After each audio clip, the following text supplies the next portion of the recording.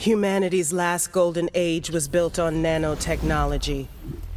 Tiny machines, insignificant and invisible as individuals, but when clustered millions strong and working in harmony, capable of anything. As a species, we'd never been so seamlessly connected, united beneath the branding of the Shinar Corporation and their countless nanites.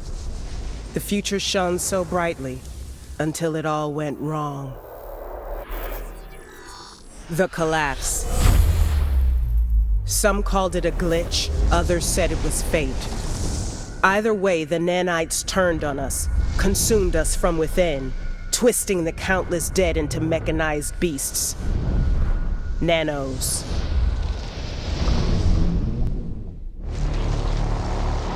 That's when Shinar abandoned us, used their power to help the wealthy flee to the skies, leaving the rest of us to die in the dust of our ruined planet.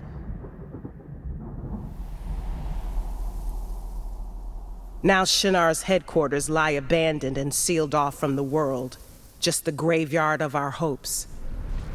We call it the Meridian, a forbidden place. And like all forbidden places, it calls to those who seek out secrets. Runners. Those who come from across the globe to find what is hidden, who fight for the causes of our new world, who have learned to tame nanos, to weaponize the enemy, to take an ally from their number to fight with against the scourge.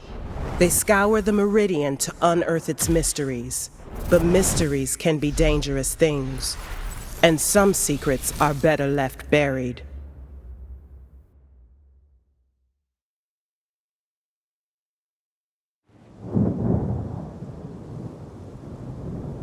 All right, Dead Cut. You've entered the Meridian.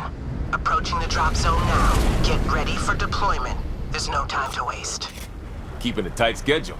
I can dig it. So brass tacks, it's your first run with us, and we're keeping it simple. This region's getting overrun with surge.